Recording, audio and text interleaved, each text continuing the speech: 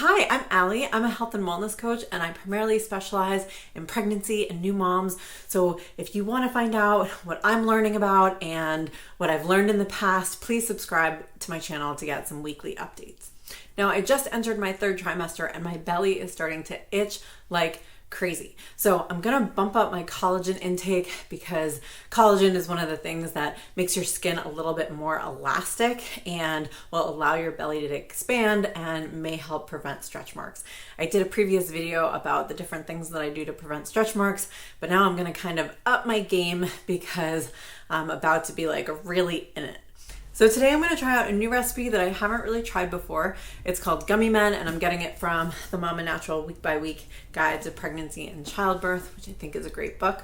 But it's basically, the way that I think of it, or what it's supposed to be, is homemade Jello. So you're making yourself Jello, but it's not with all of the junk that most actual Jello comes with. So you really just need 3 ingredients. The first is a collagen powder. This is the latest one that I've been using by Garden of Life. It also has some probiotics in it. There are several that I've used before, so just try to get a good collagen powder. The second is juice.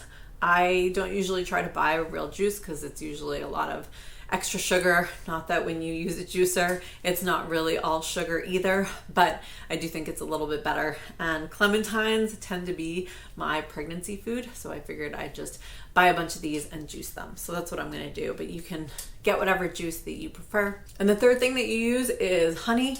I imagine you can also use syrup or another sweetener if you want. You also might not even need it because the juice might be sweet enough, but that's up to you. I'm gonna use a little bit of honey just because I love honey. So I'm gonna start juicing these and then I'm gonna walk you through the rest of it. All right, so I made a little extra juice, but I'll tell you, I bet mandarin juice is pretty delicious. So I'm not too disappointed.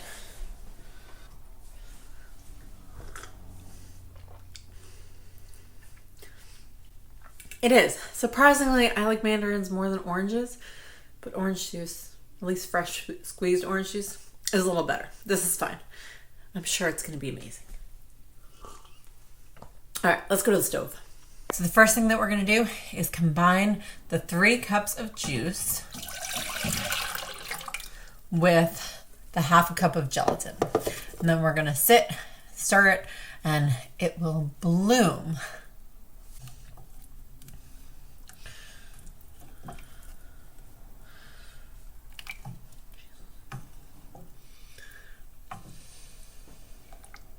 So it's definitely getting a little chunky here. The heat is not supposed to be on yet. You want to actually put it just in the pot and let it do this first.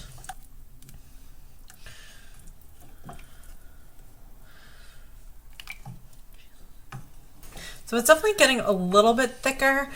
There's still a bunch of these chunks here. So I think this is all normal. We are going to turn on the heat pretty soon.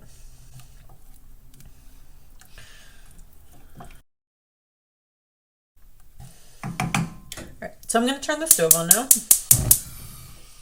to medium heat, and it should all dissolve and melt into itself pretty quickly.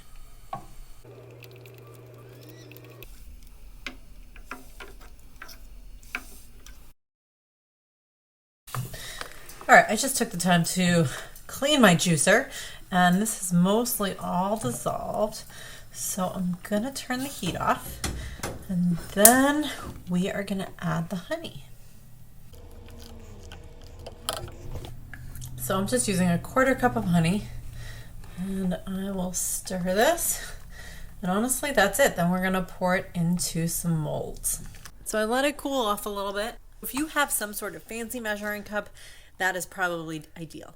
I do not, so I'm just gonna use this with a spout and probably make a mess, and that's okay because my counters are more clean than they usually are, so I could just wipe them up.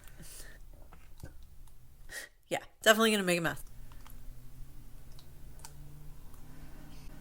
So ultimately, I'm just making these collagen bombs that once they cool off, I can just pop into my mouth, you know, either every day or a couple times a day, just to get a little bit of a collagen fix, and also might work really well as like a sweet treat.